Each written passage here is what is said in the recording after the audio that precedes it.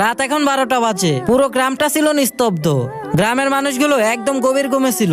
ঠিক সেই সময়ে তুমতুম সেই ভূতের স্কুলে গেছিল। আর সে দৌড়াতে দৌড়াতে একটি রুমের মধ্যে যায়। পরিবেশটা একদম নিরিবিলি ছিল, মনে হচ্ছে দেওয়ালে শ্বাস নিচ্ছে। হঠাৎ করে তুমতুম একটি কাগজের সামনে যায়, আর তুমতুম জোরে চিৎকার দিয়ে বলে, কে তুমি? আর আমার নুসরাত কি করছিল? তাড়াতাড়ি করে তুমি সামনে এসো। আর হঠাৎ করে তুমতুমের পিছনে একটি আওয়াজ আসতেছিল, আর তুমতুম পিছনের দিকে ঘুরে, আর তুমতুম দেখতে পায় তার সামনে একটি লোক দাঁড়িয়ে আছে, আর তার শরীর থেকে অনেক আলো জ্বলতেছিল।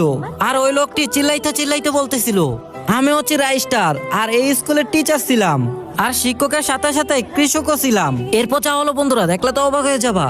কিন্তু তা দেখার আগে প্রিয় বন্ধুরা, আমি ছোট ইউজার বলে আমাকে কেউ সাপোর্ট করে না। তোমাদের জন্য এত কষ্ট করে ভিডিও বানাই। তোমরা যদি আমাকে মন থেকে ভালোবাসো, তাহলে এই ভিডিওতে একটা লাইক করো, একটা সাবস্ক্রাইব করো, আর কমেন্ট বক্সে তোমাদের এই লেভেলটা লিখে যাও। আমি দেখতে চাই কে কত লেভেলের প্রো প্লেয়ার। আমার জমির যত ফসল হতো তা অর্ধেক বাড়িতে নিতাম, আর এই স্কুলে দান করে দিতাম।